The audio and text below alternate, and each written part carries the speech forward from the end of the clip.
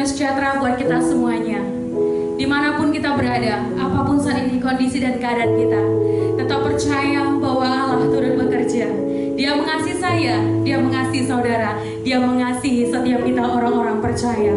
Mari kita datang kepada Tuhan, mari kita menaikkan syukur kepada Tuhan, mari kita puji, kita angkat pujian dengan segenap hati, kita bermazmur bagi Allah yang kudus. Mari kita datang ke hadirat-Nya, kita bersatu teduh sejenak, nikmati kasih-Nya, nikmati kebaikan-Nya yang menjamah saya dan saudara semuanya. Mari kita bersatu teduh.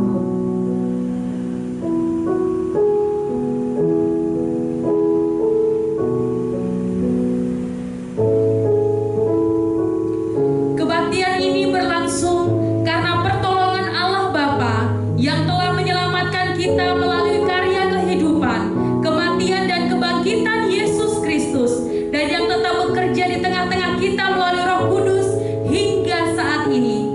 Salam damai sejahtera. Mari kita datang kepada Tuhan, kita mau sembah Dia, kita mau bersyukur kepada-Nya. Bersama-sama kita katakan, dalam segala perkara kita tahu Tuhan turut bekerja.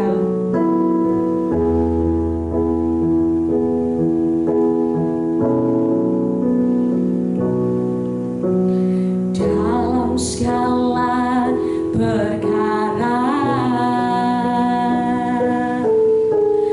Tuhan punya rencana yang lebih besar dari semua yang terpikirkan. Sama-sama kita katakan, apapun yang kau perbuat, apapun yang kau perbuat, tak ada maksud jahat.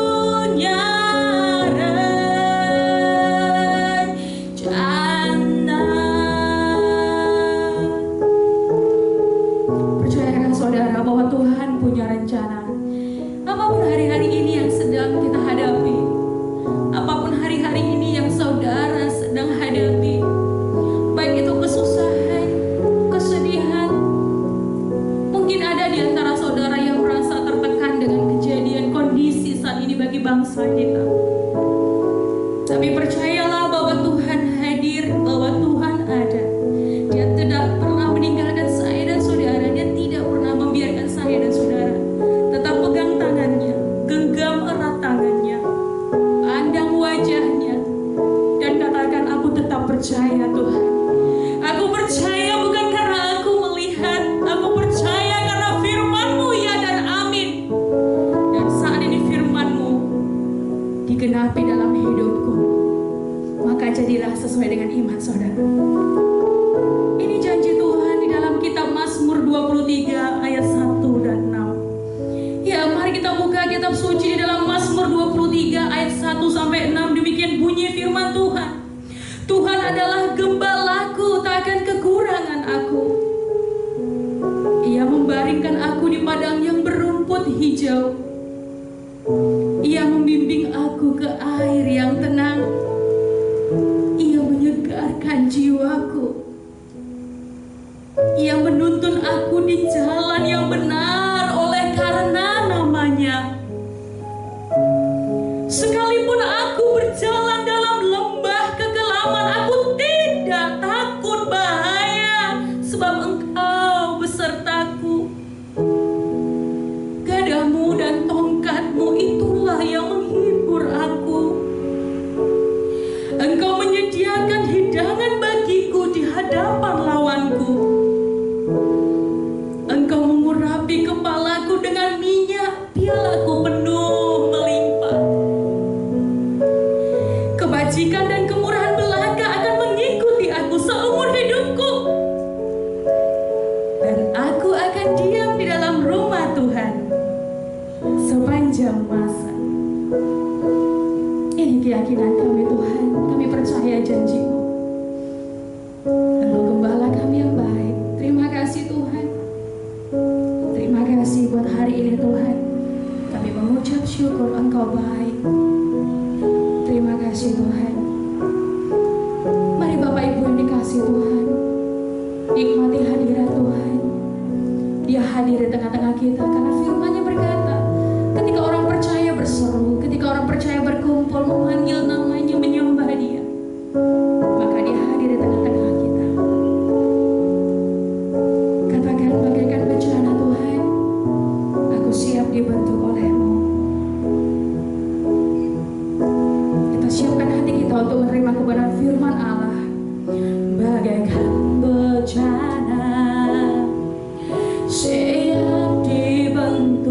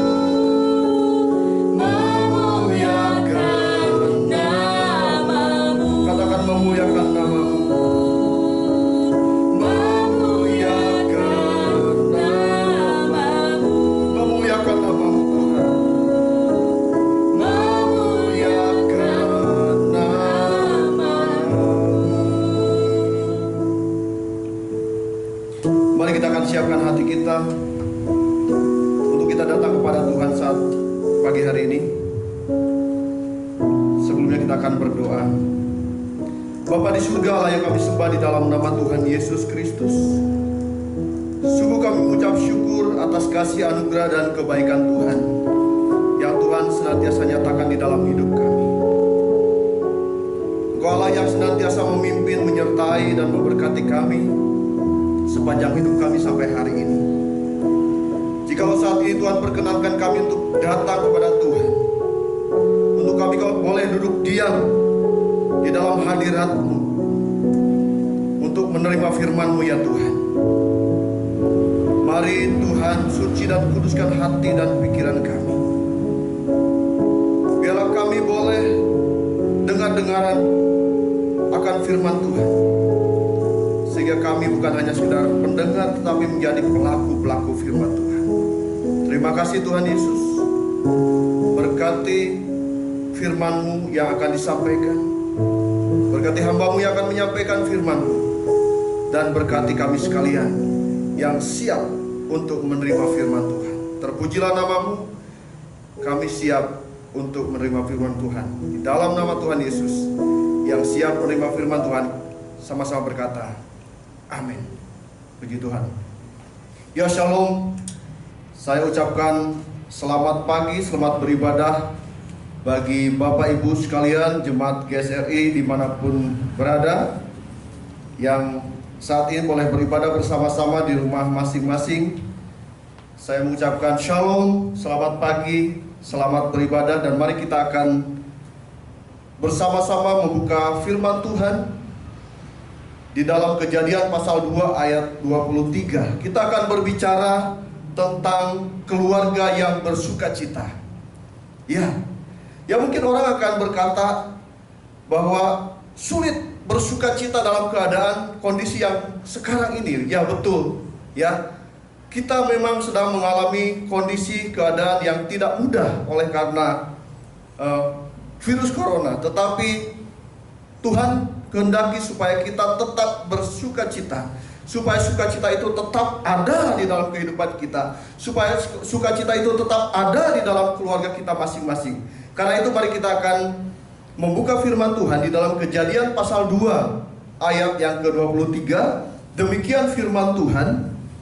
Kejadian pasal yang kedua ayat 23. Lalu berkatalah manusia itu, inilah dia tulang dari tulangku dan daging dari dagingku.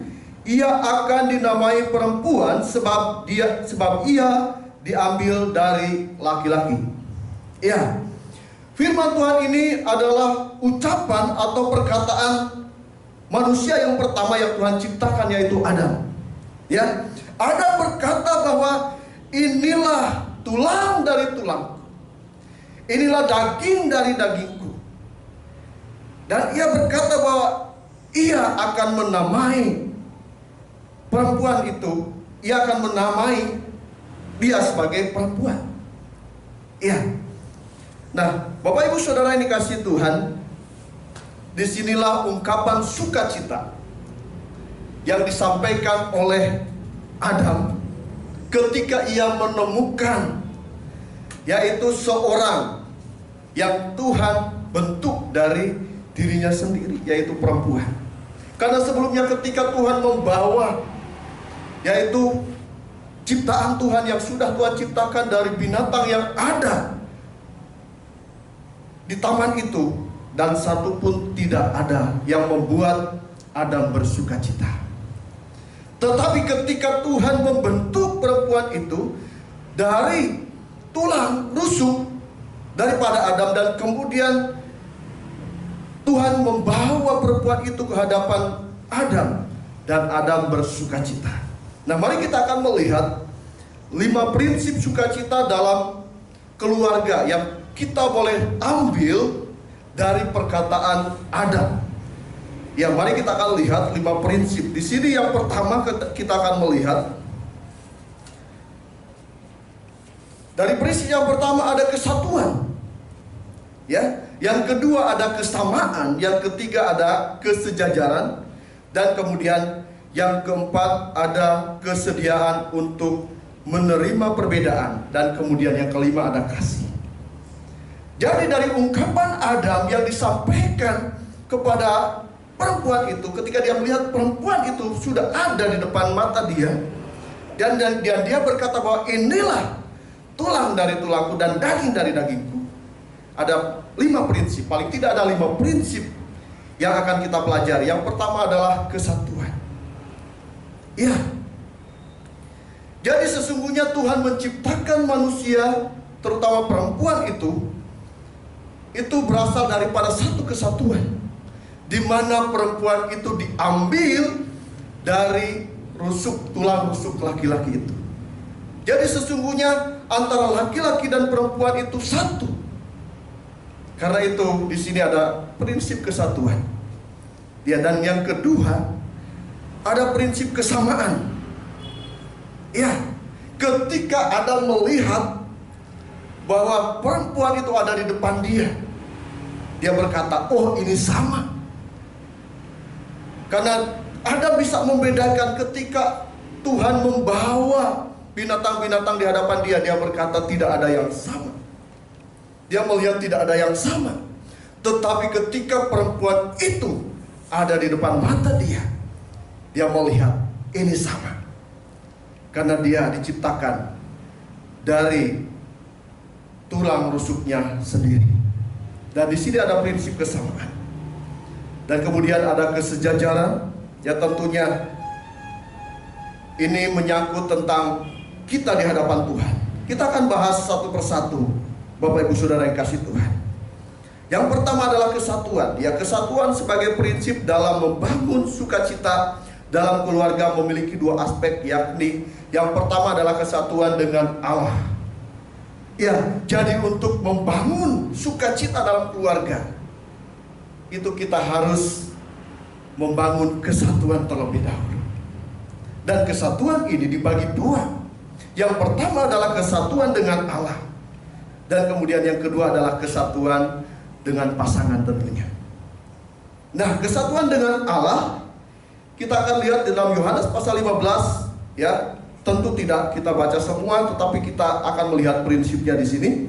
Di dalam Yohanes pasal 15 ayat 1 sampai dengan yang ke-8, ini berbicara masalah pokok dan ranting pada pohon anggur.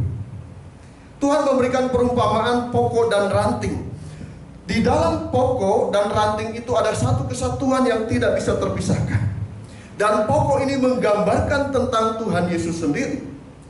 Dan ranting atau carang itu adalah kita sebagai orang-orang yang mengakui sebagai Tuhan, Yesus sebagai Tuhan dan Juru Selamat dalam hidup kita. Kita adalah carang-carangnya. Ya, di dalam prinsip ini, ya, pokok dan ranting pada pohon anggur dalam Yohanes pasal 15 ayat 1 sampai yang ke-8, tentu Tuhan menghendaki supaya kita berbuah. Karena firman Tuhan dikatakan, jikalau engkau tinggal di dalam aku dan aku tinggal di dalam kamu, ya, engkau akan berbuah banyak. Jadi prinsip yang pertama, kita harus tinggal di dalam Tuhan. Itu adalah kesatuan yang akan membawa kita senantiasa bersukacita di dalam kehidupan kita, di dalam keluarga kita. Kita bisa bayangkan ketika kita jauh daripada Tuhan tentunya. Ya, ketika kita jauh daripada Tuhan, kita akan mengalami yang namanya kekosongan. Ya, walaupun kita mungkin ya tidak beribadah bersama-sama, tetapi ketika kita tetap beribadah di rumah kita masing-masing, kita memiliki satu persekutuan dengan Tuhan. Saya percaya bahwa tetap selalu akan ada sukacita di dalam kehidupan keluarga Bapak Ibu Saudara. Ya, ini yang pertama, yaitu kita harus ada satu kesatuan supaya ada sukacita.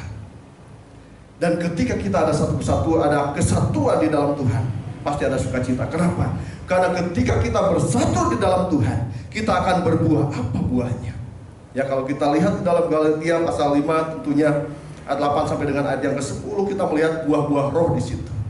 Ya, ada kasih, ada sukacita, ada damai sejahtera, ya. Kemudian juga ada kerendahan hati, kemurahan, kelemah lembutan, ada sukacita, penguasaan diri, dan lain sebagainya. Dan itu adalah sukacita yang dimiliki oleh orang percaya. Bagaimana kita bisa merasakan sukacita ketika kita bisa mengasihi orang lain. Yang kedua, Bapak Ibu Saudara kasih Tuhan, kita melihat di dalam gambarannya, yaitu kesatuan di dalam perjamuan kudus, yaitu ini masih kesatuan bersama dengan Tuhan. Ini perjamuan kudus melambangkan kesatuan kita dengan Tuhan, yang menggambarkan bahwa kita akan bersama-sama dengan Tuhan bahkan di kekekalan nanti. Ya, perjamuan kudus dalam Yohanes pasal 6 ayat 48 sampai dengan 58 dikatakan di situ bahwa ketika kita memakan roti itu, ya, roti hidup itu yaitu Tuhan Yesus, berarti kita dipersatukan bersama dengan Tuhan. Ketika kita meminum cawan yang adalah darah Kristus, berarti ada perjanjian baru bersama dengan Tuhan. Artinya Bapak Ibu Saudara yang kasih Tuhan, kesatuan di dalam Tuhan juga digambarkan di dalam perjamuan kudus, di mana kita dipersatukan di dalam Tuhan Yesus. Karena sesungguhnya perjamuan kudus yaitu kita dipersatukan di dalam Tuhan Yesus, yang akan membawa kita untuk kita terus senantiasa mengingat akan pengorbanan Tuhan Yesus, mengingat akan kematian Tuhan Yesus di kayu salib, dan kita akan terus senantiasa mengasihi Tuhan, mencintai Dia, karena Tuhan telah terlebih dahulu mengasihi kita, sehingga kita sampai akhirnya kita tetap setia di dalam Tuhan, dan kita akan hidup bersama-sama dengan Tuhan di dalam kekekalan. Yang ketiga, kesatuan di dalam Tuhan, yaitu seperti kepala dan anggota tubuh Kristus, mempunyai makna yaitu fungsional, satu kesatuan dengan Allah, mempunyai dampak yang aktif dalam pelayanan untuk membangun tubuh Kristus. Jadi kunci supaya keluarga bersukacita, yang ketiga, kesatuan di dalam Tuhan adalah seperti kepala dan anggota tubuh. Tuhan menggambarkan Yesus adalah kepala dan jemaat itu adalah tubuh. Tetapi juga di sini Tuhan menggambarkan bahwa tubuh itu memiliki anggotanya. Dan ini berbicara masalah karunia rohani. Di dalam pelayanan tentu setiap kita bisa menggunakan atau memakai karunia yang Tuhan percayakan kepada kita. Karena di sini ini berbicara masalah fungsional, fungsi sebagai orang percaya. Orang percaya yang bersukacita adalah orang percaya yang memiliki fungsi, yang memiliki dampak, yang berdampak, yang berguna, baik di dalam keluarga maupun di dalam pelayanan tentunya. Jadi dalam keluarga, suami berfungsi sebagai imam, juga akan membawa keluarganya untuk dekat dengan Tuhan. Demikian juga di dalam gereja tentu ya, setiap anggota tubuh Kristus itu memiliki fungsi masing-masing. Dan yang kemudian gambaran tentang yaitu hubungan dengan Tuhan, yaitu hubungan suami istri, ini berbicara masalah keintiman. Ya, seorang suami istri memiliki hubungan yang lebih daripada yang lain. Ya, suami istri itu semuanya pasti mengenal, semuanya terbuka, semuanya transparan. Itulah suami istri. Nah, di sini juga hubungan suami istri berbicara masalah keintiman hubungan kita dengan Tuhan. Karena sesungguhnya kekristenan bukan berbicara masalah agama. Ya, kekristenan bukan berbicara masalah agama, tetapi kekristenan berbicara masalah bagaimana kita mengenal Tuhan. Mengenal Tuhan lebih dan lebih lagi. Dan mengenal Tuhan itu hanya bisa didapat ketika kita memiliki keintiman dengan Tuhan. Iya. Dan gambarannya adalah seperti hubungan suami istri. Kita akan lihat dalam Efesus pasal 5 ayat 31 sampai 32. Ya, dalam surat Efesus pasal yang kelima. Demikian firman Tuhan.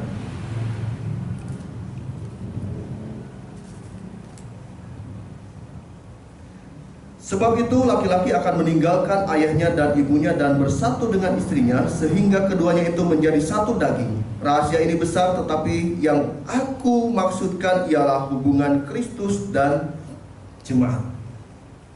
Ya, Jadi seorang suami akan meninggalkan keluarganya dan bersatu dengan istrinya.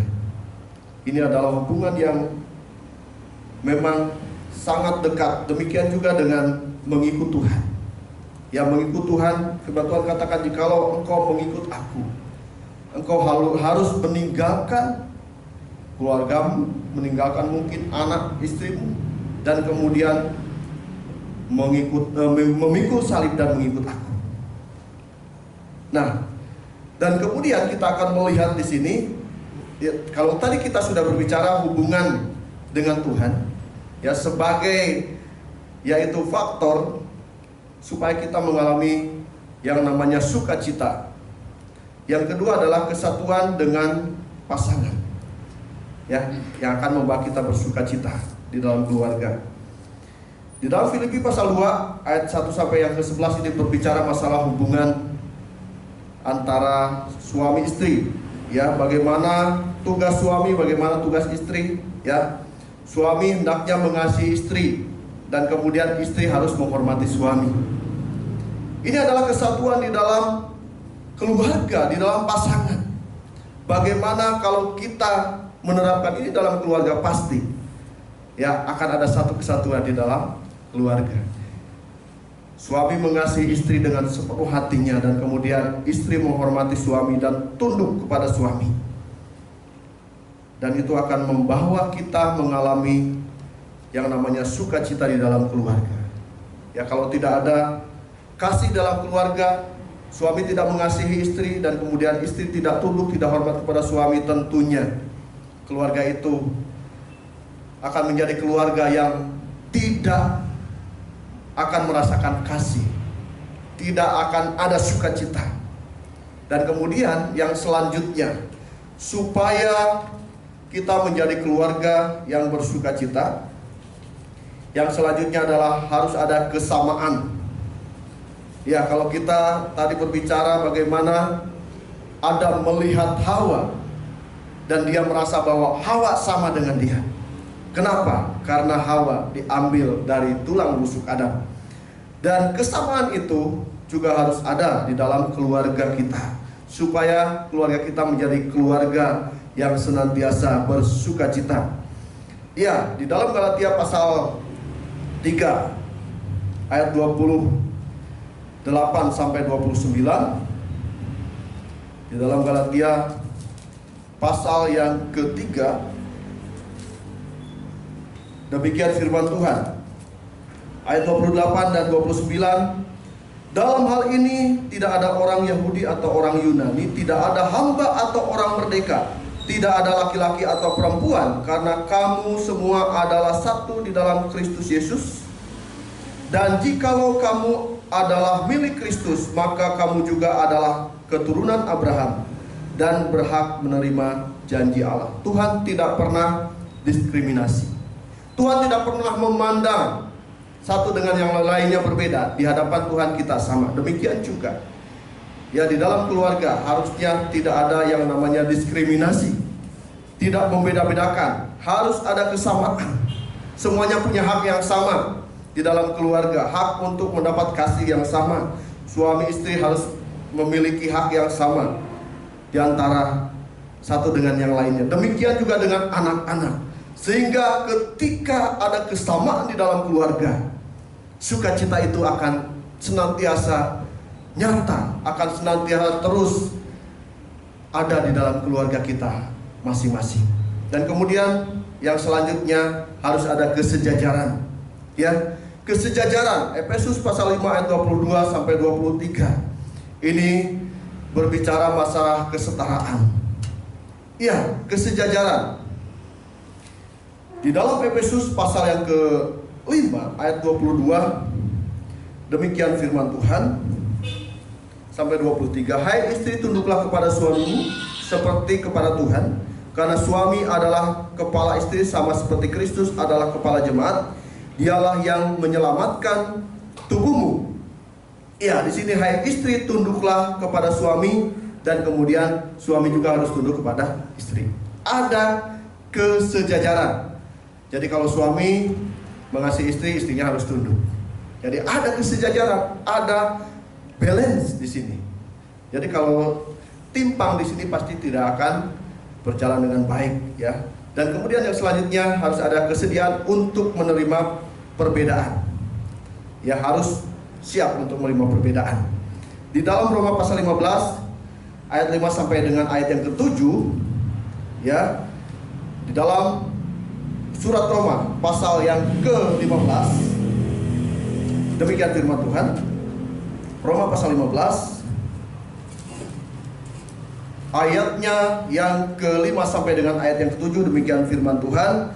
Semoga Allah yang adalah sumber ketekunan dan penghiburan mengaruniakan kerukunan kepada kamu sesuai dengan kehendak Kristus Yesus, sehingga dengan satu hati dan satu suara kamu memuliakan Allah dan Bapa Tuhan kita Yesus Kristus. Kesediaan untuk menerima perbedaan. Di sini Tuhan menghendaki supaya kita hidup rukun. Kalau kita tidak bersedia untuk menerima perbedaan, pasti akan selalu ada perdebatan. Ya, suami akan menyalahkan istri, istri akan menyalahkan suami, demikian juga anak-anak. Orang tua bisa menyalahkan anak-anak, anak-anak bisa menyalahkan orang tua dan lain sebagainya. Dan bagaimana sukacita itu akan ada kalau saling menyalahkan satu dengan yang lain.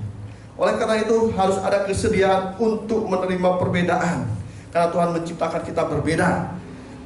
Suami diciptakan berbeda dengan istri, istri diciptakan berbeda dengan suami. Cara berpikirnya juga berbeda, kesukaannya berbeda, ya, cara bertindaknya berbeda. Karena itu harus ada yang namanya kesediaan untuk menerima perbedaan. Dan kemudian yang terakhir harus ada kasih. Ya, bagaimana ada sukacita dalam keluarga kalau tidak ada kasih? Karena itu harus ada kasih di dalam keluarga. Di dalam 1 Korintus pasal 13 ayat 1 sampai dengan ayat yang ke-13 ini juga berbicara masalah kasih. Dan kasih itu adalah yang utama.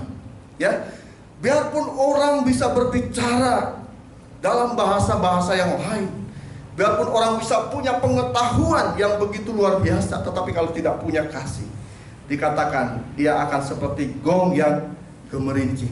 Tidak ada artinya. Karena itu kasih itu sangat penting. Ya, kasih itu sangat penting.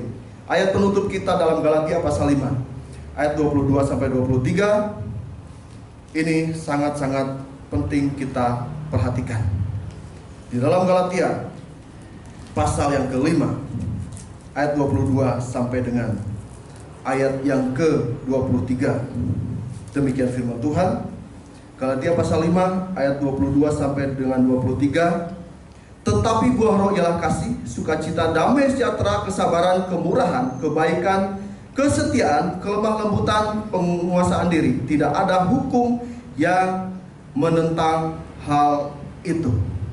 Di sini kasih itu disebut yang pertama dari buah roh. Karena itu kasih itu melingkupi daripada semuanya. Kalau sudah ada kasih, pasti ada penguasaan diri. Kalau sudah ada kasih, pasti ada kesabaran. Kalau sudah ada kasih, pasti ada kemurahan. Karena itu, mari kita mengasihi lebih daripada apapun. Terlebih kita mengasihi Tuhan lebih daripada apapun. Ketika kita mengasihi Tuhan, pasti kita akan mengasihi keluarga, mengasihi sesama. Dan sukacita itu akan selalu ada di dalam kehidupan kita dan keluarga kita. Biarlah firman Tuhan pada saat pagi hari ini boleh memberkati kita sekalian. Mari kita berjalan bersama dengan Tuhan. Kita yakin dan percaya bahwa Tuhan adalah sumber damai sejahtera yang akan senantiasa menyatakan kasih-Nya kepada kita, sehingga kasih itu akan mengalir dan kasih itu akan mendatangkan sukacita di dalam kehidupan keluarga kita masing-masing. Keluarga yang penuh kasih pasti akan ada sukacita di dalamnya. Mari kita akan berdoa, kita bersyukur buat firman Tuhan yang boleh kita terima saat pagi hari ini. Bapa di surga, kami mengucap syukur untuk firman Tuhan yang boleh kami terima saat pagi hari ini. Tuhan mengajarkan beberapa hal, beberapa prinsip yang harus kami lakukan supaya kami menjadi keluarga-keluarga yang penuh dengan sukacita. Di tengah-tengah kesulitan, di tengah-tengah kondisi yang kurang baik ini ya Tuhan. Tetapi kami percaya bahwa sukacita itu akan selalu mengalir dalam kehidupan kami. Karena itu Tuhan, biarlah kami senantiasa hidup dalam kesatuan, hidup di dalam kasih, hidup di dalam penerimaan satu dengan yang lain, dan kami juga hidup di dalam yaitu kesejajaran, kesetaraan, tidak membeda-bedakan satu dengan yang lain. Dan biarlah kami senantiasa menaruh hormat akan Tuhan di dalam hidup kami. Terima kasih Bapa, terpujilah nama-Mu. Biarlah berkat kasih dan karunia yang daripada Tuhan Yesus Kristus Tuhan limpahkan bagi kami sekalian, dan juga persekutuan daripada Roh Kudus menyertai dan memberkati kami sekalian dari mulai hari ini sampai Tuhan Yesus datang kali yang kedua. Dan biarlah kami tetap diberkati senantiasa dan senantiasa setia di dalam Tuhan. Di dalam nama Yesus kami berdoa dan mengucap syukur. Haleluya. Amin.